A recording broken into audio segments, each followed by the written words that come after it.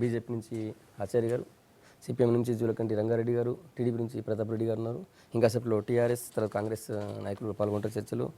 ఒకటి రంగారెడ్డి గారు నిన్న సీఎం కేసీఆర్ గవర్నర్తో కలిశారు. మళ్ళీ ఒకసారి అటు ఏపీ తెలంగాణ ఇద్దరు సీఎంలను కూర్చోబెట్టి మాట్లాడుతున్నారు. చాలా సమస్యల పరిష్కారం అయితే అన్న హోప్ గవర్నర్ వ్యక్తం చేశారు. మీకేమనిపిస్తుంది? వీళ్ళిద్దరు కలిసిన తర్వాత సమస్యల పరిష్కారం అవుతాయి అనిపిస్తుందా? ఇప్పటికీ చాలాసార్లు అట్లా కూర్చోవటం మాట్లాడటం తర్వాత ఏంటంటే 1-2 రోజులు కాకముందే మళ్ళీ గ్యాప్ పెరగటం అనేది జరుగుతూ ఉంది. చాలాసార్లు వీళ్ళు మంచిగా మాట్లాడుకొని కావుగలించుకొని ఆప్యాయంగా మాట్లాడుకుంటే ఇక పర్వాలేదులే, ఈ 2 రాష్ట్రాలు బాగుపడతాయి, ఇద్దరు కలిసిపోతూ అనేటువంటి ఒక పరిస్థితి కల్పిస్తారు. మళ్ళీ వెంటనే చాలా గ్యాప్ వచ్చేటువంటి విధంగా ఒకరిపైన ఒకరు ఆరోపణలు చేసుకొని ఆ రకంగా పోతూ ఉన్నారు. మంచిదే ఇది. 2015వ సంవత్సరంలోనైనా వాళ్ళకు ఇద్దరికి జ్ఞానోదయం కలిగి 2 రాష్ట్రాల ముఖ్యమంత్రులం కాబట్టి తెలుగు ప్రజలు ఇబ్బంది పడకుండా మన 2 రాష్ట్రాలను అభివృద్ధి చేసుకోవాలంటే పరస్పరం మనం మన మధ్య వస్తున్న సమస్యలు అవన్నీ మాట్లాడుకొని పోదామనేటువంటిది వాళ్ళకు నిజంగా చిత్తశుద్ధితోటి ఒక మంచి ఉద్దేశంతో కలిసిపోవాలనేటువంటి ఆలోచనతో ఉంటే మంచిదే. కానీ ఏంటంటే గతంలో లాగానే వ్యవహరిస్తారా లేకపోతే వాళ్ళల్లో ఏమైనా మార్పు వచ్చిందా అనేది మనం ఆచరణలో చూడవలసిన. చాలా ముఖ్యంగా ఎంసెట్ ఎగ్జామ్ సంబంధించినటువంటి గందరగోళం నడుస్తుంది. ఏపీ వాళ్ళు మేము పెడతామంటున్నారు, వీళ్ళు తెలంగాణ కూడా ఆల్రెడీ డేట్ ప్రకటించేశారు. ఇది సాల్వ్ అవుతుంది అనుకుంటున్నారా? అదే ఇప్పుడు ఎంసెట్కి సంబంధించి తర్వాత రాష్ట్ర విభజన చట్టము ఒకటి చెప్తా ఉన్నది. దాన్ని దృష్టిలో పెట్టుకొని తర్వాత మళ్ళీ ఇద్దరు కూర్చొని ఎవరికి ఇబ్బంది లేకుండా మనం ఏ పరిమితుల్లో ఏ పరిధిలో చేయాలనేది మాట్లాడుకొని చేయొచ్చు. అది వాళ్ళిద్దరు అనుకొని ఒక పద్ధతి అనుకుంటే పద్ధతి ప్రకారం చేయొచ్చు, దానికి అభ్యంతరాలు ఏం లేవు.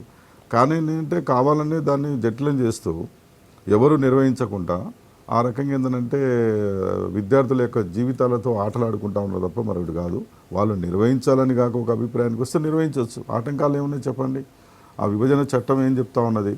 తర్వాత విద్యార్థులకు 2 ప్రాంతాల విద్యార్థులకు నష్టం జరగకుండా ఏ విధంగా నిర్వహిస్తే బాగుంటుందనేది ఆలోచన చేయవచ్చు. అది దానికి వాళ్ళకి అర్థం కాకపోతే అనేక మంది మేధావులు ఉన్నారు. తర్వాత అఖిలపక్షాన్ని పిలవచ్చు, వాళ్ళ సలహాలు తీసుకోవచ్చు. తర్వాత ఏంటంటే గవర్నర్ని ఉపయోగించుకోవచ్చు, కేంద్రాన్ని ఉపయోగించుకోవచ్చు. అందరి సలహాలు తీసుకొని ఎవరికి ఇబ్బంది లేకుండా నిర్వహించడానికి ఎలాంటి ఆటంకాలు ఉండవు.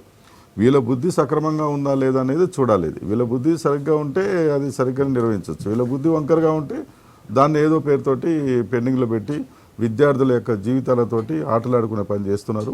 ఆ పని చేయొద్దు, ఇప్పటికైనా నిర్వహించాలి. ఎందుకంటే విద్యార్థుల యొక్క పోరాటాల ద్వారానే వీళ్ళందరూ కూడా విద్యార్థుల గవర్నర్ ఇద్దరు విద్యాశాఖ మంత్రులతో 2-3 సార్లు మాట్లాడారు, ఒకసారి కూడా కాదు. అయినా కూడా పరిష్కారం కాలేదు. పరిష్కారం అవుతుందా? మాట్లాడటమే కాకుండా ముఖ్యమంత్రుల స్థాయిలో కూడా కూర్చోబెట్టి దానికి ఒక సిస్టమ్ అనేది నిర్ణయించి ఇగో ఈ పాలసీ ప్రకారంగా ఈ విధానంతో మనం ముందుకు పోదామని చెప్పి అనుకుని పోతే సరిపోతుంది. అది మాట్లాడుకోవడం ఒకటి, చేసేది ఒకటి అయితే ఉపయోగం ఉంటుంది. ఆచార్య గారు మీరు ఎట్లా చూస్తారు?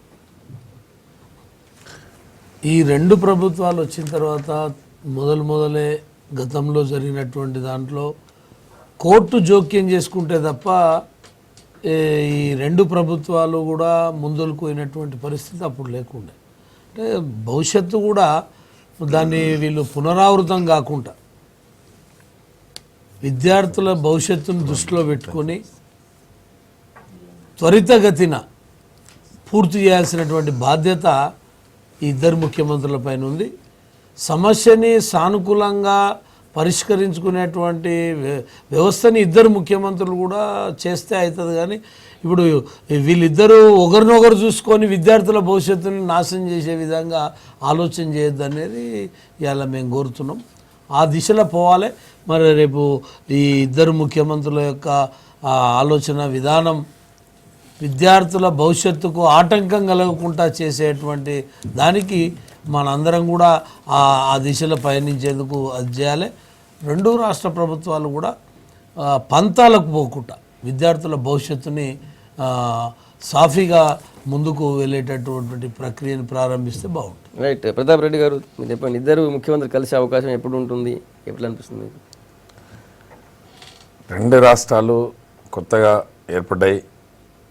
కాంగ్రెస్ పార్టీ బిల్లులో చాలా లొసుగులు తీసుకొచ్చేసి బిల్లు పాస్ చేయడం జరిగింది. అలాంటి బిల్లుని ఇవాళ బీజేపీ గవర్నమెంట్ కూడా బిల్లులో ఉన్నటువంటి లొసుగులన్నింటి క్లారిటీ తీసుకొని సమస్యలు లేని తెలంగాణ, సమస్యలు లేని ఆంధ్రప్రదేశ్ గవర్నమెంట్ రెండు కూడా పొలిటికల్ ఎజెండా పెట్టుకోకుండా రెండు రాష్ట్రాల భవిష్యత్తును దృష్టిలో పెట్టుకొని రెండు రాష్ట్రాల్లో ఉన్నటువంటి విద్యార్థులను దృష్టిలో పెట్టుకొని పొలిటికల్ ఎజెండాగా పోకుండా ఇద్దరు అధికారులు ప్లస్ ముఖ్యమంత్రులు, ఎడ్యుకేషన్ మినిస్టర్స్ వీళ్ళంతా కూడా కూర్చొని మాట్లాడి రెండు రాష్ట్రాల్లో ఉన్నటువంటి విద్యార్థులు నష్టం జరగకుండా చూసుకోవాల్సినటువంటి బాధ్యత రెండు ప్రభుత్వాల మీద ఉంది.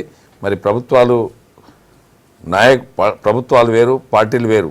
పార్టీలు దృష్టిలో పెట్టుకొని పార్టీల ఎజెండా కోసం ముందు పోతే నష్టపోయేది విద్యార్థులు, రాష్ట్రాల్లో ఉన్నటువంటి ఎడ్యుకేషన్ ఇన్స్టిట్యూట్స్.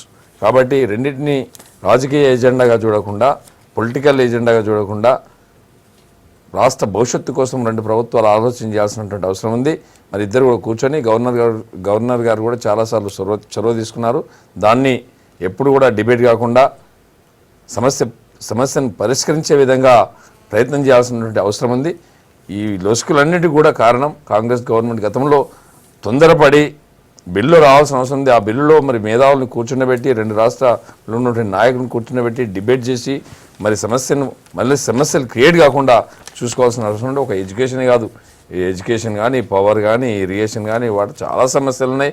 ఇలా తెలంగాణ ప్రభుత్వం ఏర్పడిన తర్వాత చాలా దాదాపు 40-45 ఇన్స్టిట్యూట్స్ అన్నీ కూడా మదర్ ఆంధ్రప్రదేశ్ పేరులో ఉన్నాయి. మరి అవన్నీ కూడా పరిష్కరించుకోవాలంటే మరి తెలంగాణ ప్రభుత్వం నిదానంతో, ఓపికతో మళ్ళీ కేంద్ర రాష్ట్ర ప్రభుత్వాలు కలిసి మరి గవర్నర్ గారితో కూర్చొని చాలాసార్లు డిబేట్ చేసి మరి అధికారులను కూడా కూర్చుండబెట్టి, మేధావులను కూర్చుండబెట్టి సమస్యలు లేకుండా చేసుకోవాల్సినటువంటి బాధ్యత రెండు ప్రభుత్వాల మీద ఉంది. దీన్ని రాజకీయ కోణంలో చూడకుండా సమస్యను పరిష్కరించే దిశగా చూడాలని చెప్పి నేను రెండు ప్రభుత్వాలను కోరుకుంటున్నాను. చర్చలో టీఆర్ఎస్ ఎమ్మెల్యే జీవన్ రెడ్డి గారు ఉన్నారు. జీవన్ రెడ్డి గారు ఇద్దరు ముఖ్యమంత్రులు మళ్ళీ కలిసే అవకాశం ఎప్పుడు ఉండే అవకాశం ఛాన్స్ కనిపిస్తుంది. గవర్నర్ గారిని డైరెక్ట్ ఓపెన్గా చెప్పలేదు, కూర్చోబెడతారు అన్నట్టు ఒక చర్చ బయటకు వచ్చింది. ఇప్పుడు మేమైతే ఎప్పుడైనా సిద్ధంగానే ఉన్నాం. తెలంగాణ రాష్ట్ర ముఖ్యమంత్రి యొక్క ప్రత్యేక లబ్ధి ఏం లేదు సార్. ప్రతినిత్యం సకల జనుల కోసం ప్రతి ఒక్కరికి లాభం చేకూరే విధంగా ఏ పని చేస్తే లాభం అవుతుందో ఖచ్చితంగా ఆ పని చేయడానికి రాష్ట్ర ముఖ్యమంత్రి సిద్ధంగా ఉన్నారు. అసలు తెలంగాణ ఉద్యమం పుట్టిందే మన నీళ్లు, మన నిధులు, మన నియామకాలు, మన పాలన, మన విద్య, మన ఉద్యోగాలు, మన నియామకాలు అన్నాం. ఇవాళ మళ్ళీ కలిసి రాసుకుందాం, కలిసి పెట్టుకుందాం, కలిసి పాలించుకుందాం అంటే ఎట్లయితే సార్? ఇప్పుడు ఆల్రెడీ తెలంగాణ ఉద్యమం పుట్టిందే సమైక్య పాలనలో మనకు అన్యాయం జరుగుతుంది ఈ ప్రాంతానికి.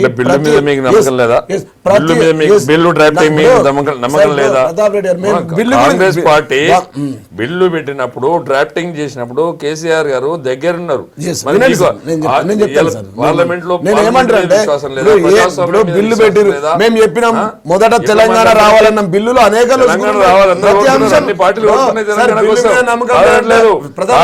ఇలా ప్రతి అంశంలో కొట్లాటనే. నీళ్ళ పంచాదే, పంచాదే, ఉమ్మడి నిధుల పంచాదే, ఉద్యోగుల పంచాదే, తెలుగుదేశం పార్టీ చెప్పింది ఇవన్నీ లొసుకులు ఉంటాయి, ఇబ్బందులు ఉంటాయి, కూర్చోవాలి, తెలంగాణ వద్దని తెలుగుదేశం నాయకుడు రెండు కళ్ళ సిద్ధాంతం అని చెప్పిండు ఆయన. నాకు 2 రాష్ట్రాలు కావాలా, 2 ప్రాంతాలు కావాలి, 2 సమైక్యలో ఉండాలని చెప్పిండు. మీరు తెలంగాణ వద్దన్నారు. తెలంగాణ జీవన్ రెడ్డి గారు నీకు తెలియదు, 2 రాష్ట్రాలలో 2 ప్రాంతాలలో తెలుగుదేశం పార్టీ ఉంది. హైదరాబాద్ లో ఇలా మీరు పెట్టుకొని ఇలా రెవెన్యూ ఏదైతే బాగా ఉందని చెప్పుకుంటారో దాన్ని క్రియేట్ చేసింది తెలుగుదేశం పార్టీ. దాదాపు 25,000 కోట్ల రూపాయలు ఇలా రెవెన్యూ వస్తుంది హైదరాబాద్. కారణం చంద్రబాబు గారు చెప్పినట్టు హైదరాబాద్ నిర్మించింది మీరే, హైటెక్ సిటీని నిర్మించింది మీరే, నువ్వు గొడవ చేయడం కాదు. జీవన్ రెడ్డిని బాగా వాస్తవాలు మాట్లాడే రాజకీయం కాకుండా సమస్యలు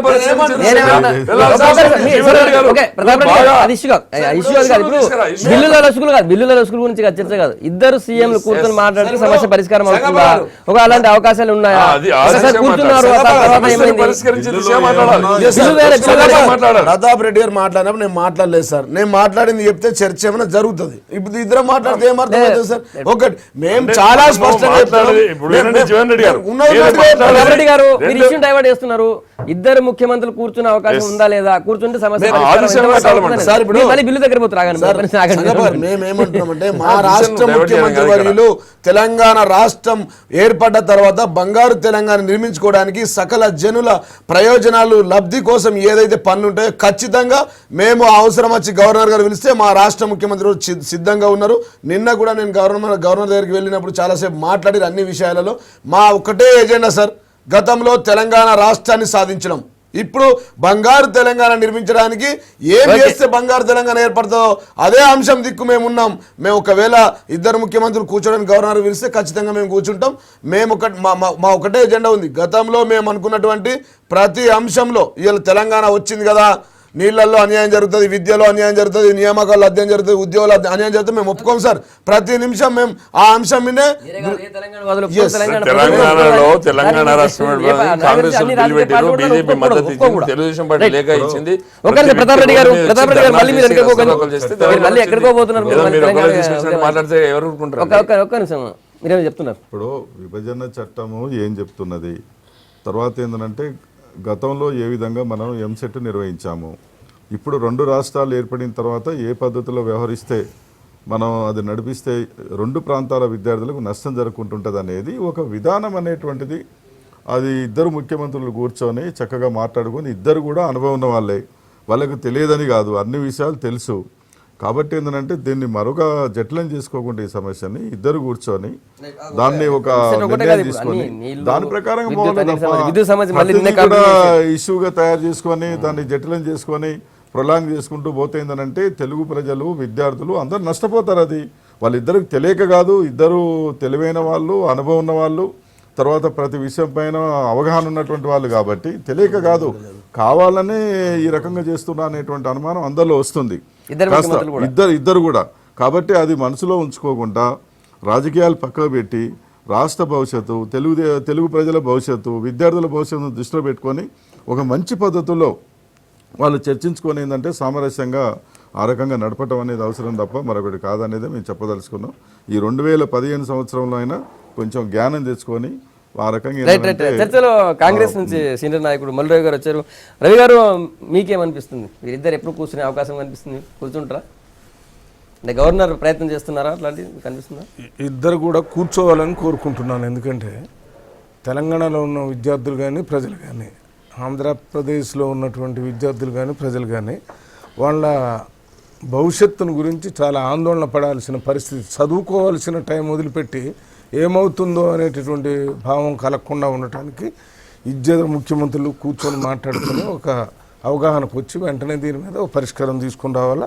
మరి మన గవర్నర్ గారు మాట్లాడేటప్పుడు కూడా చెప్తున్నారు, ఇద్దరు ముఖ్యమంత్రులు కూర్చుంటారు, మాట్లాడతారు, వారితో పరిష్కారం చేస్తారు, ఇద్దరు కూడా బాగా పనిచేస్తున్నారని చెప్తున్నారు. దాన్ని బట్టి చూస్తే కలిసి కూర్చొని మాట్లాడి పరిష్కారం అవుతుందని మాత్రమే అనుకుంటున్నాను. ఇంకొక టాపిక్ వెళ్దాము. ఆచార్య గారు, నిన్న సీఎం కేసీఆర్ నిజాం గురించి మాట్లాడిన విషయాన్ని ఎట్లా చూస్తారు? అంటే మొదటి నుంచి కూడా తెలంగాణ ఉద్యమంలో పాల్గొన్నటువంటి వాళ్ళందరినీ కూడా, అంటే ఆయన మొదలు మాట్లాడేటువంటి విధానం ఏముండేదంటే తెలంగాణ విషయంలో బొంత పురుగునైనా నేను ముద్దు పెట్టుకుంటాను అన్నాడు. తెలంగాణ ఉద్యమంలో పోరాటం చేసిన వాళ్ళందరినీ పక్కకు పెట్టి అప్పుడు పనికి మాలినటువంటి వాళ్ళందరినీ కూడా ఇప్పుడు బొంత పురుగులను తెచ్చుకొని ముద్దు పెట్టుకుంటున్నాడు. అంటే ఇవాళ నిన్న నైజాం రాజు మీద మాట్లాడినటువంటి తీరు చూస్తే ఆనాడు జరిగినటువంటి వ్యతిరేక పోరాటం ఏదైతే సాయుధ పోరాటం కానీ ఆ పోరాటాలు జరిగినావో ఆ పోరాటాలలో చనిపోయినటువంటి వాళ్ళందరికీ కూడా ఇలా ఆత్మక్షోభ కలిగించే విధంగా మాట్లాడుతున్నాడు. ఇలా ఒకవేళ నిజాం రాజు ఇది కట్టిండు అది కట్టిండంటే బ్రిటిష్ వాళ్ళు కూడా చాలా కట్టిరు, మళ్ళీ ఇవాళ వాళ్ళనే తెచ్చి పెట్టుకుందామా?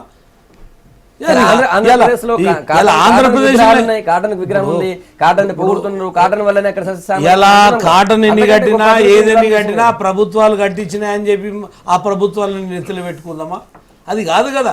ఇవాళ ఇక్కడ కూడా ఈ నిజాం ప్రభువు కింద ఉన్నటువంటి రాజుల కింద ఉన్నటువంటి రాజరిక పాలనలా కొన్ని కట్టొచ్చు, కట్టినంత మాత్రాన ఆయనే ప్రభువు, ఆయనే ఇది, ఆయన్ని ఇవన్నీ అని అనడం అనేది కాదు. వారి ద్వారా అనేక పోరాటాలు గ్రామీణ ప్రాంతాలల్లో అనేక మంది పోరాటం చేసి చనిపోయినటువంటి చరిత్రలు ఉన్నాయి. ఇలా చనిపోయినటువంటి వాళ్ళందరూ కూడా పోరాటం చేసిరు ఈయనకు వ్యతిరేకంగా అంటే వాళ్ళు వ్యతిరేకంగా పోరాటం చేసినట్టే వాళ్ళు తప్పన్నట్టే కదా ఈయన భావనలో. మరి ఇది ఎంతవరకు సమంజసం అనేది కూడా ఊహించుకోవాలి. మీరేంటి చూస్తారు? ఇప్పుడు మన కేసీఆర్ గారు అనేక సందర్భాల్లో నిజాంని పొగుడుతూ ఆయన గొప్ప రాజు, గొప్ప పరిపాలన చేశాడు, తర్వాత ఏంటంటే హైదరాబాదు తెలంగాణని అభివృద్ధి చేశాడని చెప్పి మాట్లాడుతూ ఉన్నారు. ఎందుకు మాట్లాడుతుండో అర్థం కానటువంటి విషయం. రేవంత్ అప్పుడప్పుడు ఈయన దొర అని అంటుండేవాడు, కానీ ఏంటంటే నిజంగానే దొరలాగా ఇప్పుడు ఏమన్నా నిజాం నవాబుకు వారసుడు ఆయన. నిజాం నవాబు తర్వాత ఆయన యొక్క పరిపాలనలో 4,000 మంది ఆయనకు వ్యతిరేకంగా ఆయన నడిపించినటువంటి దుర్మార్గమైనటువంటి మరి ఫాసిస్టు ప్రభుత్వానికి వ్యతిరేకంగా 4,000 మంది ప్రాణాలు అర్పించారు. తెలంగాణ గడ్డపైన వీరోచితమైనటువంటి పోరాటం నడిపించారు. తర్వాత ఏంటంటే లక్షలాది ఎకరాల భూమి మొత్తం కూడా ఆయన చేతిలో పెట్టుకొని, తర్వాత ఇంకా లక్షలాది వేలాది ఎకరాల భూములు మొత్తం కూడా దేశముఖులు దొరలు వాళ్ళ చేతిలో పెట్టుకొని నిజాం సైన్యము, తర్వాత ఏంటంటే కాసిం రజీ ప్రైవేట్ సైన్యం ఒక 30,000 మందిని తయారు చేసి రజాకార్లు, తర్వాత ఈ దొరలు తయారు చేసినటువంటి ప్రైవేట్ సైన్యం, ఈ సైన్యం ఆ సైన్యం ఆ సైన్యం మొత్తం తెలంగాణ గడ్డ మీద ఉన్నటువంటి ప్రజల్ని మొత్తం కూడా పీల్చి పిప్పి చేశారు కదా. ఎంత విపరీతమైనటువంటి వెట్టి చాకి చేయించుకున్నారో అర్థం కాదు. ఆయన చేసిన అభివృద్ధిని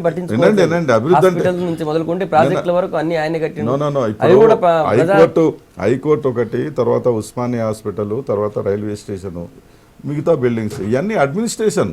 ఆయన పరిపాలన సాగించడం కొరకు కట్టుకున్నటువంటి భవనాలే తప్ప చెరువులు కాకతీయ కాలంలో ప్రధానమైన చెరువులు మొత్తం కూడా శాతవాహన కాకతీయ కాలంలో కట్టినటువంటి చెరువులకి ఈయన మరమ్మతు చేశాడు తప్ప మరొకటి కాదు. అసలు ఎంత అన్యాయం అంటే ప్రపంచమంతా కూడా ఈ దుర్మార్గానికి వ్యతిరేకంగా ప్రపంచ చరిత్రలో గుర్తింపు పొందేటువంటి పద్ధతుల్లో ఆనాడు ఏంటంటే కమ్యూనిస్టు పార్టీ ఎర్రజెండా నాయకత్వంలో వీరోచితమైనటువంటి పోరాటం నడిపించారు. మొట్టమొదలు పోరాటం నడిపించింది మొట్టమొదలు కమ్యూనిస్టు పార్టీ నిర్మాణం చేసింది కూడా మైనార్టీ ప్రజలే, ముస్లిం మైనార్టీ ప్రజల ద్వారానే స్టార్ట్ అయింది. ఆనాడు ఏంటంటే అనేక మంది నాయకులు కూడా ముందుకు వచ్చారు. కాబట్టి ఏంటంటే ఇప్పుడు నిజాముని ఈయన పొగడటం అని అంటే ఆ నిజాము పద్ధతుల్లోనే నేను కూడా పరిపాలన సాగిస్తాను అనేటువంటి ఒక నియంతృత్వ, తర్వాత ఏంటంటే ఫాసిస్టు ఆలోచనలు తప్ప ఇంకోటి కాదు. ఇటువంటి పద్ధతి అనేది ఆయన మానుకోకపోతే మాత్రం ఇవాళ కొమరం భీమ్ ఉన్నాడు, కొమరం భీముని పోయి ఆయన గౌరవిస్తూ ఆయన పేరుతోటి ఏదో అక్కడ పెద్ద ఎత్తున నిర్మాణం చేశాడు. దొడ్డి కొమరయ్య ఉన్నాడు, చాకలి ఐలం ఉన్నాడు, 4,000 మంది ప్రాణాలు అర్పించిండు. ఏంటి వాళ్ళని ఏమంటున్నాను? వాళ్ళనేమో వీరోచితంగా విప్లవకారులని చెప్తావు, తర్వాత ఎవరు వ్యతిరేకంగా పోరాడారు? కొమరం భీముని చంపింది ఎవరు? ఏ కాలంలో జరిపాడు? దొడ్డి కొమరయ్యని చంపింది ఎవరు? ఆ 4,000 మందిని చంపింది ఎవరు? తర్వాత అంత దుర్మార్గమైనటువంటి పరిపాలన సాగిస్తే దాన్ని కీర్తించడం అని చెప్పానంటే అసలు ఈయన ఆలోచనలు ఎట్లా పనిచేస్తా ఉన్నాయో ఏంటో. ఆయనలాగానే ప్రభుత్వాన్ని నడిపిస్తానని చెప్పి వ్యవహరించేటువంటి తప్ప చాలా దుర్మార్గమైన డెవలప్మెంట్ యాంగిల్ తీసుకుంటే మరి ఇంకో కోణం కూడా దాన్ని మర్చిపోతున్నారు. తర్వాత ఒక్క నిమిషం జీవన్ కాటన్కు ఈయనకు పోల్చడం ఏంటండి? నిజాం నవాబు కూడా బ్రిటిష్ ప్రతినిధి ఎస్ కావచ్చు, కానీ ఆయన ఎవరిని కూడా మన గడ్డ మీద మన ప్రాంతంలో ప్రజలకు మేలు చేసేటువంటి పని చేశాడు ఆయన. ఎవరికి అన్ని వాళ్ళ ప్రభుత్వాలు ఉన్నా కూడా వాళ్ళ ప్రభుత్వం తప్పు చేసినా కూడా పక్కకు పెట్టేందంటే ఈ రాష్ట్రంలో ఉన్నటువంటి ప్రజలకు మేలు చేసేటువంటి పని చేశాడు తప్ప కాటన్ ఎవరిని హింసించడమో లేకపోతే ఏంటంటే పెత్తనం చేయడమో అటువంటి చేయలేదు. సంగప్ప గారు చరిత్రను ఇప్పుడు హిస్టరీ అండి, ఇప్పుడు చరిత్ర అది నిజాం ప్రభు చెప్తున్నా. ఇప్పుడు నిజాం ప్రభు ఉస్మానియా హాస్పిటల్ కట్టించారంటే చరిత్ర చెప్పద్దా సార్? ఉస్మానియా హాస్పిటల్ కట్టించిండు, ఉస్మానియా యూనివర్సిటీ కట్టించిండు, చార్మినార్ కట్టించిండు, గోల్కొండ కట్టించిండే అది చరిత్ర అండి. ఇలా రాష్ట్ర ముఖ్యమంత్రి వర్యులు దళితులకు ఇస్తున్నారు, భవన్లు ఇస్తా ఉన్నారు, ఇవన్నీ చరిత్ర. రేపు రానున్న తరం మీద మాట్లాడుకుంటది. చరిత్రను మాట్లాడొద్దని అధికారం ఎవరికి ఉందని మేము ఒక్కటి చెప్తున్నాం సార్. ఏ ప్రభుత్వాలు గుర్తించేది మేము గుర్తిస్తున్నాం. ఇలా ఉద్యమంలో పాల్గొన్న నుంచి పడితే ప్రతి ఒక్క అంశాన్ని మీరు చూసుకోండి. నిన్న మొన్న కొమరం భీమ్ కానీ, చాకలి ఐలమ్మ కానీ, ప్రొఫెసర్ జయశంకర్, ప్రతి ఒక్క యూనివర్సిటీ సార్ గతంలో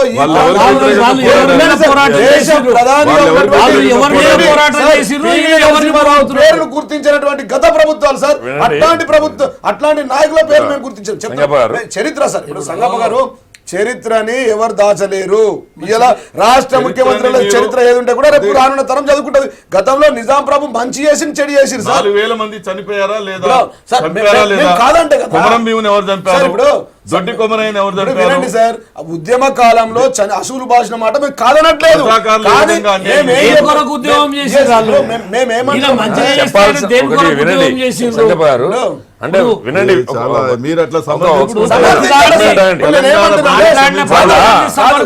తెలంగాణ ప్రజలు క్షమించరు. చాలా ఇది. సార్ క్షమించరా క్షమించరా ఇలా ప్రజలు ప్రజాస్వామ్యంలో ప్రజలే న్యాయ నిర్ణేతలు, వాళ్ళు మాకు తీర్పిచ్చిరు. మీరు ఓపిక పట్టండి. 6 నెలల్లో 60 సంవత్సరాలు ఈ పాలకులు చేయని మేము చేసినాం సార్. చేస్తా ఉన్నాం, ఇంకా చేస్తాం సార్. మాట్లాడడానికి క్లారిటీ ఉండాలి. మనం అందరం చాలా క్లారిటీతో మాట్లాడుతున్నాం. టీవీలో కూడా మాట్లాడితే క్లారిటీ లేకపోతే ప్రజలకి ఎట్లా అర్థం ఒక్క నిమిషం ఆగండి. చెప్పండి సార్. ప్రతాప్ రెడ్డి నైజాం గారు జమీందారు వ్యవస్థ తీసుకొచ్చారు, జగీర్దారు వ్యవస్థ ఇచ్చారు. ఆ రోజు గ్రామాలలో ఉండే ప్రజలందరినీ, అందరి పేరున ఉండే భూములన్నీ కూడా నిజాం సంస్థానం పేరు మీద పెట్టుకొని నైజాం కాలంలో మొత్తం గ్రామాలలో ఉన్నటువంటి భూములన్నీ కూడా జమీందారు పేరు మీద, జాగీర్దారు పేరు మీద, నైజాం పేరు మీద ఉండేటివి. మరి ఇవాళ కూడా ఈ ముఖ్యమంత్రి దొరగారు మరి ఇవాళ నైజాం సిస్టమ్ లో జమీందారు తీసుకొస్తారా, జాగీర్దారు తీసుకొస్తారా? ఇష్టం వచ్చినట్టు వినండి. జీవన్ రెడ్డి ఇష్టం వచ్చినట్టు క్రియేట్ చేస్తారా? మళ్ళీ జమీందారు వ్యవస్థ చేస్తారా? మళ్ళీ భూస్వాముల వ్యవస్థ చేస్తారా? మళ్ళీ ఏమి ఎక్కడ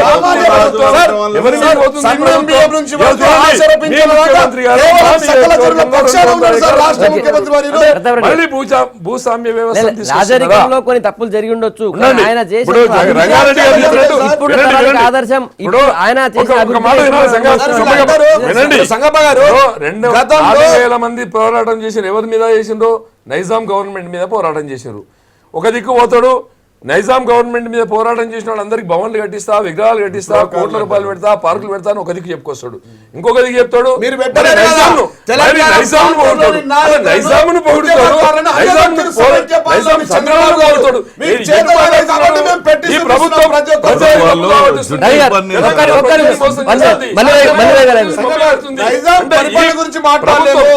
అభివృద్ధి గురించి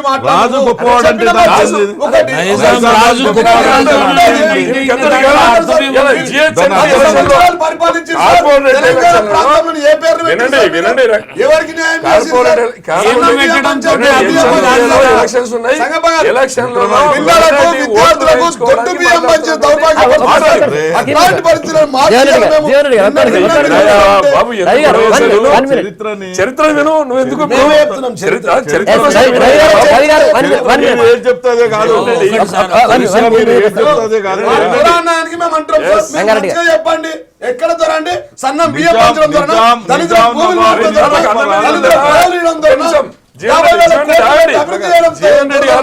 ఈ రోజు వరకు తెలంగాణలో అన్నం తింటలేరా, బువ్వ తింటలేరా, గట్టిగా తింటలేరా, రోడ్డు ఎక్కి తింటలేరా? ఈ 6 నెలలనే పశువులు తినే బియ్యం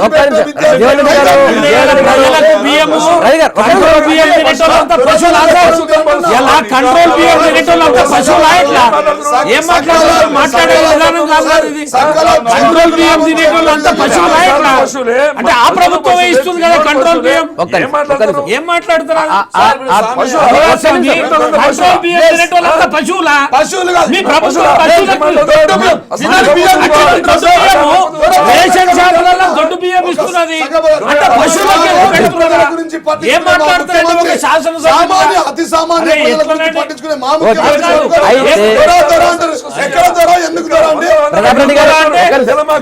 బాబుని గొప్ప రాజు అంటే మరి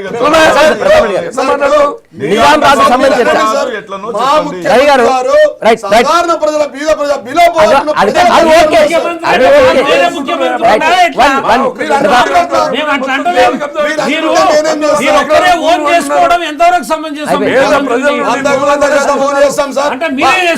ముఖ్యమంత్రి పథకాలు తీసుకోండి సార్. జీవన్ రెడ్డి గారు అదంతా కాదండి, ఒక నిమిషం. సార్ జీవన్ రెడ్డి గారు ఒక నిమిషం చెప్పండి. చర్చ పెట్టండి సార్. నిమిషాలు మాట్లాడండి. మేము చేసిన పథకాలు చెప్తాం.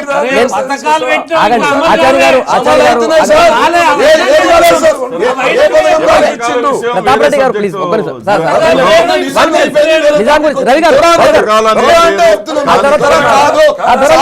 ప్రజల మనిషి రవి గారు మీరు ఎట్లా చూస్తారు ఈ విషయం? ఒక నిమిషం ప్లీజ్ ప్లీజ్ ఆగండి. ఈ పథకాల దగ్గర కాదు, నిజాం మీరు చేసిన కామెంట్ అని అభివృద్ధిని దృష్టిలో పెట్టుకొని మాట్లాడాడు అనేది టీఆర్ఎస్ వర్గాలు కావచ్చు, ప్రభుత్వంలో వాళ్ళు చెప్తున్నారు. సీఎం కూడా అదే విషయం పట్టిండు. అయితే మీరు అభివృద్ధిని వదిలేసి ఇంకో కోణం తీసుకుంటారు అనేది వాళ్ళ చర్చ. సంగప్ప గారు, మీ ప్రశ్నలు కూడా ఎలా ఉన్నాయంటే ఆ దిశలోనే బాగుంది అని చెప్పినట్టుగా కనపడుతుంది. ఏది అభివృద్ధి గురించి పేపర్లో వచ్చింది ఒకటి, మీరు మాట్లాడేది ఒకటి. పేపర్లో ఏం మాట్లాడారు? వారే ఆదర్శప్రాయులు, వారే గొప్ప వ్యక్తి, వారే అభివృద్ధి విషయంలో అభివృద్ధి గురించి చెప్తే మాకు అభ్యంతరం లేదు. అభివృద్ధి అంటే ఉస్మానియా యూనివర్సిటీ అభివృద్ధి గురించి చెప్తే మేము ఒప్పుకుంటాం. అదే రకంగా ఉస్మానియా జనరల్ హాస్పిటల్ గురించి చెప్తే మేము ఒప్పుకుంటాం. విషయాలు వేరు. నేనేమంటున్నాను, ఆయనే ఆదర్శప్రాయుడు, ఆయనే చేస్తాడంటే పాటలు పాడారు. ఆయన నుంచి విముక్తి జరగడానికి తెలంగాణలో ఉన్నటువంటి ప్రజలు వేరే రాజస్థాన్లో జరిగినట్టు, లేదా మధ్యప్రదేశ్లో జరిగినట్టు, ఇతర రాష్ట్రాల్లో జరిగినట్టుగా మామూలుగా ఈ రాష్ట్రం నుంచి విముక్తి జరగలేదు. తెలంగాణ విముక్తి పోరాటం అనే ఒకటి సాయుధ పోరాటం జరిగింది. జనం ఇంకా మర్చిపోలేదు. ఇది చరిత్ర. ఇవాళ పేపర్లో రాసినందుకు మనం ఇవాళ చర్చ చేస్తున్నాం. ఇది ఒక రాసిన దాన్ని కూడా మనం మాట్లాడే విధానం, మనం చెప్పిన విధానంలో తేడా ఉంది. మనం ఇప్పుడు మీరెవరో చెప్పారు, ఆయన అక్కడ గోదావరి డ్యామ్ కట్టాడు, ఆయన కట్టిన ఓన్లీ అభివృద్ధి గురించే మాట్లాడుతున్నాం. ఆయనే మనకి ఇక్కడ వచ్చి పరిపాలన చేయాలంటున్నా. పార్లమెంట్ కట్టింది ఎవరు? ప్రెసిడెంట్ ఆఫ్ ఇండియా హౌస్ కట్టింది ఎవరు? ఆ సెంట్రల్ సెక్రటరీ కట్టింది ఎవరు? భారతదేశంలో రైల్వే ఇన్ఫ్రాస్ట్రక్చర్ మొత్తం కట్టి ప్రపంచ దేశాల్లోనే పెద్ద దేశంలో రైల్వే లైన్లు వేసింది ఎవరు? స్వతంత్రం వచ్చి 65 సంవత్సరాలు అయింది. ఇప్పుడు దాకా మనం వేసిన లైన్లు 10% లేవు, 90% అప్పుడు వేసినాయి. వీటన్నీ వేసిన తర్వాత కూడా మనకు స్వతంత్రం కావాలని ఎంతమంది పోరాటం చేశారు, ఎంతమంది చచ్చిపోయారు, ఎంతమంది వచ్చింది. ఇవాళ ఇక్కడ కూడా తెలంగాణలో ఆయన వ్యక్తిగతంగా మేము వ్యతిరేకం చేయటం, ఆయన విధానాలు బాగలేవు. ఎవరు? నిజాం గారి విధానాల వల్ల ఆ రోజు ప్రభుత్వం ఒక పక్కన ప్యారలల్గా ఇంకో ప్రైవేట్ సైన్యం గ్రామాల్లో, మా గ్రామాల్లో ఉన్నటువంటి మేము చిన్నతనంలో స్టోరీలు చెప్పుకునేవాళ్ళు. ఊళ్ళో వాళ్ళందరినీ తీసుకుపోయి బయట నిలబెట్టి తాడడ్డం పెట్టి వరుసను కొట్టుకుంటూ పోయేటటువంటి కార్యక్రమం. సంబంధమే లేదు ఎందుకు తీసుకుపోయారో ఏమైందో. ఇది ఒక పెద్ద పోరాటం. మహిళలు, మరి మల్లు స్వరాజ్యం అని ఒక ఆమె ఉంది, ఆమె చెప్పింది స్టోరీలు. వారు మన బాలింతరాలను బయటికి తీసుకుని వచ్చి ఏ రకంగా చేశారు, ఎట్లా కొట్టారు అనేది. మీరు నల్గొండ కానీ ఏ జిల్లా, ఎక్కడ ఖమ్మం కానీ ఏ జిల్లా పోయినా కథలుగా ప్రజలు మర్చిపోలేదు ఎందుకు జరిగింది. నేనేమంటున్నాను, అభివృద్ధి మీద చర్చ పెడితే ఇంకొక రాజుకి స్వతంత్రం రాకముందు ఇంకొక రాజుకి ఈ రాజుకి పోటీ పెడితే ఈ రాజు ఈ వ్యవసాయం మీద కానీ, లేకపోతే ఎడ్యుకేషన్ మీద కానీ, లేకపోతే లెజిస్లేషన్ మీద చేశారని చెప్పేదానికి బదులు మీరు ఏ రకంగా ఏం జరిగింది, ఏంటి ప్రైవేట్ సైన్యం అనేది ఏ రకంగా జరిగిందో చూడండి. అది రిక్రూట్మెంట్ చేసుకున్నారని అనుకోకండి. అది ఒక బేస్, సైన్యానికి నిజాంకి సంబంధం లేదని కూడా అభివృద్ధి గురించి మాట్లాడటం వేరు, అదే ఆదర్శ పరిపాలన నేనే ఆ రకంగా చేస్తాననేటటువంటి మాట ప్రజల ముందుకు పోతే ప్రజలే సమాధానం చెప్తారు. ఇది ముఖ్యమంత్రి గారి విజ్ఞతకే వదిలిపెడుతున్నాను. ఎందుకంటే వీరు చెప్పారు ముఖ్యమంత్రి గారికి ఇప్పుడు సపోర్ట్ వచ్చింది, వారు ముఖ్యమంత్రి అయ్యారు, పరిపాలన చేస్తారు. ఆ మాత్రం మేము గుర్తించి మేము వారే ముఖ్యమంత్రి అనే విషయంలో మేము తేడా తీసుకొని రావటం వల్ల మీరు వారిని ఆదర్శంగా తీసుకొని చేస్తే వారికి ఏం జరిగిందో మనకు కూడా అదే జరిగింది. అది గుర్తు పెట్టుకోవాలి. ఎందుకంటే మీరు చేసే ఒక్క నిమిషం, మీరు చేసే అభివృద్ధి కార్యక్రమాల మీద చర్చ జరగటం లేదు, మీరు చేసిన కొత్త నిర్ణయాల మీద చర్చ జరగటం లేదు. అది జరిగినప్పుడు మాట్లాడదాం. కానీ ఇప్పుడు నిన్న మీరు మాట్లాడిన దాని మీద ప్రజలంతా గమనిస్తున్నారు. ఇది ఓపెన్ ప్రపంచం. చరిత్రని అసలు కంప్లీట్గా మీరు కొన్ని విషయాల్లో నీరు గురించి కానీ, చదువు గురించి కానీ, లేక ఉద్యోగాల గురించి కానీ ఆంధ్రాకు సంబంధించిన నాయకులు తెలంగాణకు అన్యాయం చేశారనే విషయం మీద చరిత్రలో సరిగా లేదు, మేము చెప్తామని మీరు చెప్తే ప్రజలు ఎవరైనా వింటారు.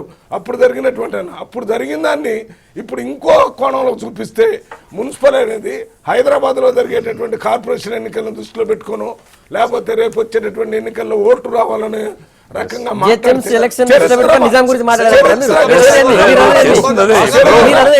ముఖ్యమంత్రి గారు ఎక్కడ ఎలక్షన్ ఉంటే ఆ ఎలక్షన్ కోసం మాట్లాడతారు. గుర్తిస్తున్నారు. ప్రతి వారి రాజ్యంలో విద్యుత్ ప్రతి ఒక్క ప్రభుత్వంలో నిమిషం కొన్ని మంచి పనులు ఉంటాయి, కొన్ని చెడు పనులు ఉంటాయి సార్. మంచి పనులు ఏవైతే ఉన్నాయో వాటిని ఓన్ చేసుకుంటాం సార్. చెడు పనులు మేము ఓన్ చేసుకోం సార్. అదే నేను ఇలా అంటున్నా. చెరువుల విషయం తీసుకున్నాం సార్. కాకతీయుల కాలంలో ఉన్నటువంటి చెరువులని మళ్ళీ తవ్వకాలు పెట్టాలని ప్రభుత్వం నిర్ణయం తీసుకొని కాకతీయ మిషన్ అనే పేరు పెట్టాం సార్. అంటే కాకతీయ రాజ్యంలో కూడా యుద్ధాలు జరిగినాయి, ప్రజలు మరణించినారు. నిజాం కాలంలో కూడా జరిగినాయి, మేము కాదంటలేం. కానీ అప్పుడు జరిగిన అభివృద్ధి పనులను మేము ఆచరణలో తీసుకొని ఆ విధంగా మా ప్రభుత్వం దాన్ని మాట్లాడితే మధ్యలో వచ్చాను నన్ను నువ్వే 10 నిమిషాల నుంచి మాట్లాడతాం మల్లు గారు. ప్రభుత్వాలు మంచిని మేము స్వీకరిస్తాం, రాజ్యంలో మంచిని మేము స్వీకరిస్తాం, చెడును మేము వ్యతిరేకిస్తాం. Yes, 100కు 100%. ఈ చర్చలో పాల్గొన్న మేము అందరం కూడా కాకతీయులు ఎప్పుడు వాళ్ళు కూడా రాజుల్లాగా చేసినా కూడా వారు చేసిన మంచి పనిని మీరు తీసుకుంటే మేము వ్యతిరేకించలేదు. అదే రకంగా అశోకుడు కాలంలో చెట్లు నాటిస్తారని మీరు నాటిస్తారంటే మేము వ్యతిరేకించలేదు. ఎవరో వ్యతిరేకించడానికి వ్యతిరేకించలేరు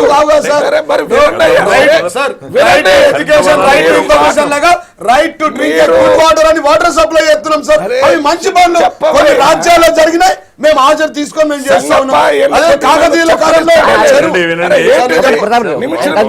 నేను ఒక్కటే చెప్తున్నాను, రాజులు గాని ఆ రోజుల్లో ఉన్న ఇప్పుడు శ్రీకృష్ణదేవరాయలు మంచి రాజు మనమే రవీంద్ర భారతిలో పెద్ద ప్రోగ్రామ్ ఈనాటికి కూడా చేస్తున్నాం. నేను అది ప్రజల సర్వసమ్మతంగా ఉన్నటువంటి ఆ కార్యక్రమాలు మీరు తీసుకొని చేసేదానికి వ్యతిరేకం లేదు. మీరు అదేది ఉస్మానియా యూనివర్సిటీ బిల్డింగ్ లాంటిది కట్టిస్తామని మీరు కట్టిస్తే అది ఎప్పుడో జర్మనీ నుంచి తీసుకొచ్చి అంత పెద్ద ఎత్తున కట్టించారు. అటువంటి కట్టిస్తే మేము వ్యతిరేకం లేదు కాదు. ఆయన విధానాల్లో ఏదైతే ఉన్నాయో ప్రజలు వ్యతిరేకించినవి అన్ని మంచి అని చెప్పినప్పుడే ప్రజల్లో మంచితనం మంచి ఎక్కడ ఉంటే అది తీసుకోండి, దానికి వ్యతిరేకం లేదు. డెవలప్మెంట్ ఏం జరిగిందో దాని మీద కూడా కాదు. నేను అనేది ఏంటంటే మీ పర్సెప్షన్, మీ ఆలోచన విధానం, వాళ్ళ ఆలోచన విధానం, వాళ్ళ పరిపాలన విధానం, ఆ రోజు చేసిన పరిపాలన మంచిదని చెప్పడం వల్ల ఆ రోజు ప్రజలు వ్యతిరేకించి యుద్ధం చేసి విముక్తి చేస్తే అదే మంచిదంటే మరి ప్రజలు ఇవాళ రంగారెడ్డి గారు నిన్న సీఎం అన్న దాంట్లో కూడా మంచి చెడులు ఉన్నాయి, అక్కడ కొన్ని చెడు పనులు జరిగినాయి, కానీ అభివృద్ధికి సంబంధించి ప్రస్తావించారు. ఆయన ఏమేమి కట్టాలి ప్రస్తావించారు. ఆయన చెప్పినటువంటి కాకతీయ మిషన్ కూడా కాకతీయ రాజుల గురించి మనం పొగిడినా కూడా అప్పుడు కూడా సమ్మక్క సారక్క ఎక్కడొచ్చారు, వాళ్ళు కాకతీయ రాజుల సైన్యం చనిపోయిన తర్వాతనే దేవతలుగా మనం పరిగణిస్తాం. సో అభివృద్ధిని తీసుకుందామని అంటున్నారు సీఎం. జీవన్ ఇప్పుడు గడిచిపోయిన చరిత్ర గురించి కూడా మనం వాస్తవాలు మాట్లాడుకోవాలి. ఇప్పుడు నిజాం నవాబు పాలనలో అక్కడ ఒక మతం ఒక కులం అనేది కాదు, ముస్లిం మైనార్టీ ప్రజలు కూడా పేదవాళ్ళు చాలా అన్యాయానికి వెట్టిచాకిరి గురయ్యారు. ఒక మాటలో చెప్పాలంటే మొట్టమొదలు ఆయన పరిపాలన వ్యతిరేకంగా పోరాటం స్టార్ట్ చేయాలని చెప్పి ఎర్రజెండా చేతబట్టి కమ్యూనిస్ట్ పార్టీని స్థాపించిందే మగ్దున్ మైనుద్దీన్ ఇటువంటి నాయకులు తయారు చేసినటువంటి పార్టీ అది. మన ఇంతకుముందు మిత్రులు జీవన్ గారు చెప్పారు, చరిత్రని మేము వాస్తవంగా చరిత్రని మీరు వక్రీకరించేటువంటి పద్ధతులు ఏం చెప్తుంది చరిత్ర? అసలు ఆ కాలంలో 100% ప్రజలు ఏందనంటే అనేక అన్యాయాలకు వెట్టిచాకిరికి తర్వాత ఏందనంటే రకరకాల ఇబ్బందులకు గురయ్యారు. జుట్టుకు పన్నేసావు, దేవాలయాలకు పోతే పన్నేసావు, ఈయన భూములు మొత్తం కూడా దున్నిన తర్వాతనే వాళ్ళ భూములు దున్నుకోవాలి. 180% భూములు మొత్తం సంపద మొత్తం కూడా ఈయన చేతిలో, తర్వాత దొరలు జాగీర్దారుల చేతిలో ఉంది. కేవలం 20% భూములు మాత్రమే మొత్తం ప్రజల చేతిలో ఉన్నాయి. ఒకటని కాదు, ఎన్నో దుర్మార్గాలు. బండి వెనక బండి కట్టి 16 బండ్లు కట్టి నీ గోరి గడతాం కొడుకో గోల్కొండ కిలా కింద అని చెప్పి పాటని ఏమంటారు మీరు? అది వాస్తవంగా అదే గోల్కొండ కిలా మీద పోయి మీరు జాతీయ జెండా ఎగిరేశారు. అంటే మీ ధోరణి, మీ ఆలోచన చూస్తే ఇప్పుడు కేసీఆర్ గారు ముఖ్యమంత్రి అయ్యారు, తెలంగాణ ఉద్యమం వచ్చింది, రాష్ట్రం సపరేట్ అయింది, తెలంగాణ ప్రజలు ఆశించినటువంటి ప్రకారంగా మీరు పరిపాలన సాగించండి. ఆ 4000 మంది దేని కొరకు చనిపోయారు, అనేక మంది విప్లవకారులు ఎందుకు చనిపోయారు, ఆ చరిత్రని వక్రీకరించేటువంటి పద్ధతుల్లో 4 బిల్డింగులు చూపించి అదే నిజాం నవాబు పెద్ద గొప్పవాడు ఇదంతా కూడా డెవలప్ అయిందని అంటే మరి బ్రిటిష్ వాళ్ళు కూడా చాలా కట్టారు, అంతకంటే ముందున్న వాళ్ళు కట్టారు. ఆ విధంగా ఆలోచన చేయొద్దని రంగారెడ్డి గారు చెప్పినట్టు షోయిబుల్లా ఖాన్ ఈ యొక్క నిజాం ప్రభువుకు వ్యతిరేకంగా వార్తలు రాసినందుకు ఏదైతే మన కోటి చౌరస్తా దగ్గర 2 చేతులు నరకడం జరిగింది షోయిబుల్లా ఖాన్. ఇది చరిత్ర చెప్తున్నారు. ఆయన అరాచకాలన్నిటినీ కూడా ఏదైతే పత్రికలలో రాస్తే ప్రజల సమక్షంలో 2 చేతులు నరికినటువంటి నిజాం ప్రభు గొప్ప రాజయ్యిండు. ఇలా చరిత్రని ఎవరు వక్రీకరిస్తున్నారు? మిత్రులు మాట్లాడుతూ కంట్రోల్ బియ్యము పశువులకెట్టిన బియ్యం పెడుతున్నారు ఉండేది విద్యార్థుల కంటే పెట్టినారు అన్న. సార్, కంట్రోల్ బియ్యము వ్యక్తీకరించకండి సార్. కంట్రోల్ బియ్యాన్ని మీరు ఒక ఇదే రోజు ప్రభుత్వము ఒక హాస్టల్లో పోయి దొడ్డు బియ్యం నేను తింటే మీకు అర్థమవుతుందండి. ఎలా? తినలేని బియ్యాన్ని మీరు ఇచ్చిర్రు. అదే బియ్యాన్ని ప్రజలకు కంట్రోల్ బియ్యం ద్వారా ఇస్తున్నారు. పశువులన్నీ అడుగుతున్నా మీరు అట్లా మాట్లాడడం వక్రీకరించి మీరు అన్నారు ఆ మాట. మీరు ఆ మాట అన్నారు. రికార్డు పశువులకు పెట్టే బియ్యం కంట్రోల్ బియ్యం అనే మాట. అదే కాదు. పెట్టిండ్రు మీరు గత పాలకులు. తప్పదు. మేము ఇవాళ సన్న బియ్యం పెడుతున్నాం. ఇలా విద్యార్థులకు ఎట్లా పశువులకు పెట్టే బియ్యం ప్రజలకు ఎందుకు పెడుతున్నారు? పశువులకు పెట్టే బియ్యం ప్రజలకు ఎందుకు పెడుతున్నారు? అయితే ఒకటి సార్,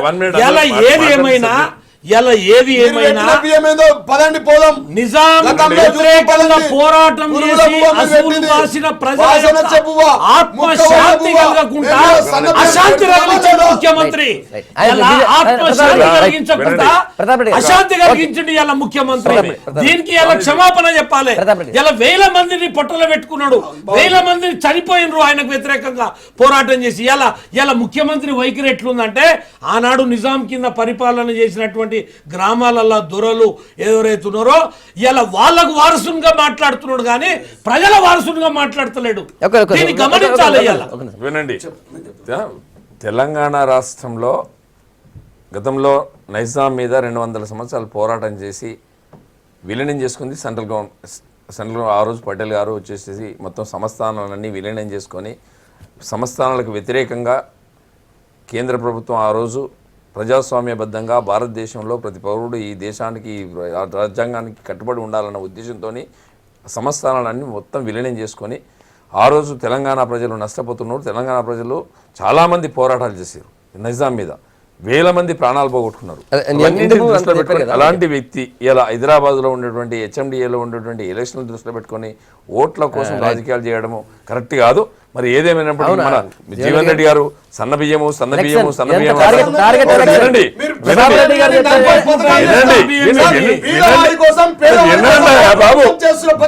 సన్న బియ్యం అంటే సన్న బియ్యం ప్రతాప్ రెడ్డి గారు ప్రధానంగా చెప్పేది GHM సెలక్షన్ దృష్టిలో ఒక్క మాట అండి. తెలంగాణ ప్రజలు పెద్ద దాని కింద తీసుకోం సార్. ఒక్కటి చెప్తాను సార్, ప్రతి రాజ్యంలో, ప్రతి ప్రభుత్వంలో, ప్రతి దేశంలో మంచి ఉంటుంది, చెడు ఉంటుంది సార్. మేము మంచిని ఆస్వాదిస్తాం, చెడుని వ్యతిరేకిస్తాం సార్. ఈ రాష్ట్ర ప్రభుత్వం చాలా స్పష్టంగా పేదల పక్షాన ఉన్నది. మీరు అవునన్నా కాదన్నా 40 ఇయ్యాల తీసుకున్న ప్రతి ఒక్క పథకం పేదల మీరు మాట్లాడుతున్నారు కదా ఇందాక.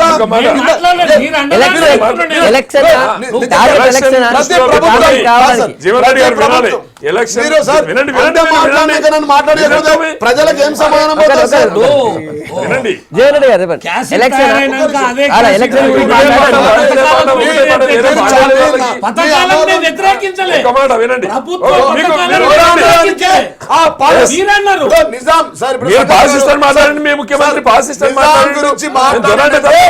ఆ కాలంలో జరిగిన మంచి పథకాలను మేము తీసుకుంటాం.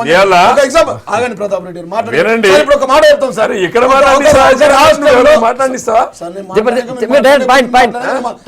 మీరు ఎవరు మాట్లాడండి, చెప్తా అది సార్. ఊరుకుంటే ఫస్ట్ సమర్థించుకోవడానికి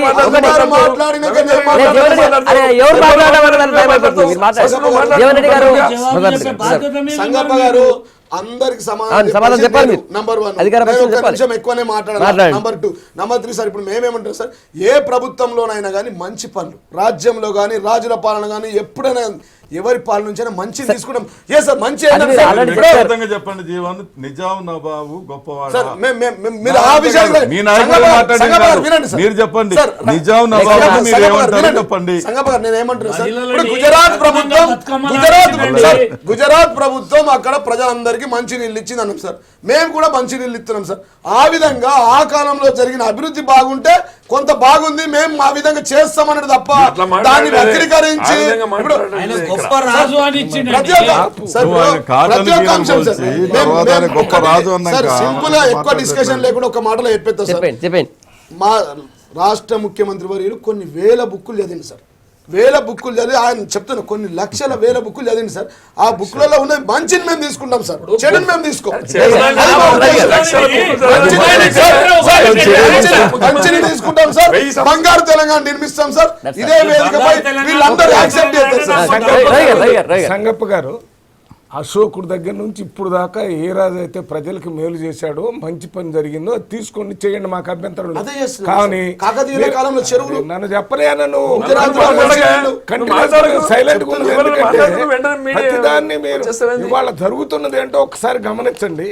మీరు మంచి పనుల గురించి ప్రత్యేకంగా చెప్పి చేస్తే పర్వాలేదు, కానీ నిజాం పరిపాలనని మీకు ఆదర్శంగా తీసుకుంటే ప్రజలు నిజాంకి ఏ రకమైనటువంటి కార్యక్రమం ఏ రకంగా విముక్తి కల్పించుకున్నారో, వారు రాజుగా ఉన్నారు, ఆ రోజు సర్వశక్తులు వారి దగ్గర ఉన్నా కూడా విముక్తి జరిగింది కదా. ఇవాళ మీరు కూడా ముఖ్యమంత్రిగా ఉన్నారు కాబట్టి మీరు పనులు చేసే దాంట్లో ఇప్పుడు చర్చ జరగడం లేదు, మేము వ్యతిరేకించడం లేదు. మీరు సన్నబియ్యం ఇచ్చే దాంట్లో వ్యతిరేకించడం లేదు, లేకపోతే మీరు వేరే ప్రజలకు ఇచ్చే పెన్షన్లు వీటి మీద మేము వ్యతిరేకించడం స్వాగతించామని చెప్పాము. అవి సరిగా ప్రజలకు వస్తే పరిపాలనా విధానం అది చాలా ముఖ్యం. అభివృద్ధి ఒక భాగమే. ఆ అభివృద్ధిని దృష్టిలో పెట్టుకుంటే బ్రిటిష్ టైంలో మనకంటే ఎక్కువ అభివృద్ధి చేస్తున్నారు దేశంలో, మనం ఒప్పుకోలేదు. ఇక్కడ వీరు కూడా నిజాం కూడా అభివృద్ధికి సంబంధించి ముందుండొచ్చు. ఆ అభివృద్ధి అది కూడా కాన్సన్ట్రేటెడ్ ఇన్ హైదరాబాద్. గ్రామాల్లో అభివృద్ధి లేదు, గ్రామాల్లో ప్రజలు ఇబ్బంది పడుతున్నారు, గ్రామాలలో తిండి బట్ట ఇల్లు లేకుండా బాధపడేటటువంటి పరిస్థితి ఎక్కువగా బ్రిటిష్ రాజ్యంలోని మంచిని మనం తీసుకోలేదు, ఆదర్శం తీసుకోలేదా? బ్రిటిష్ రాజ్యం చివరికి రాజ్యాంగంతో సహా వాళ్ళ దానిలో మంచిని తీసుకున్నారు కదా.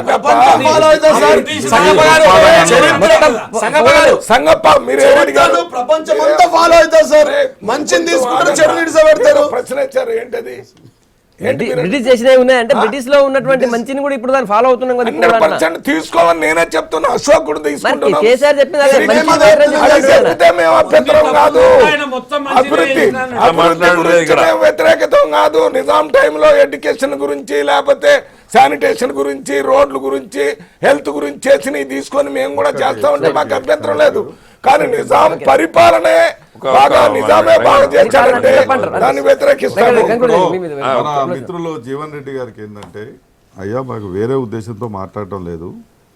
మన దేశానికి స్వాతంత్రం వచ్చిన తర్వాత ప్రజాస్వామ్య పద్ధతుల్లోనే రాజ్యాంగపరంగా ఎన్నికలు జరిగి రాష్ట్రం ఏర్పడిన తర్వాత ఆంధ్ర పాలకులు అన్యాయం చేస్తున్నారు అనేటువంటి ఆలోచనతోటే పెద్ద ఎత్తున పోరాటం నడిపించి సపరేట్ తెలంగాణ రాష్ట్రం తెచ్చుకున్నాం. అంటే మరి నిజాం నవాబు అన్ని దుర్మార్గాలు, ఏ ప్రజాస్వామ్యం లేదు, ఏదీ లేదు, తనకు నచ్చినటువంటి పద్ధతుల్లో అంత దుర్మార్గంగా పరిపాలన సాగించి 4,000 మంది ప్రాణాలు పోగొట్టుకున్నారు, అనేక మందిని చంపారు.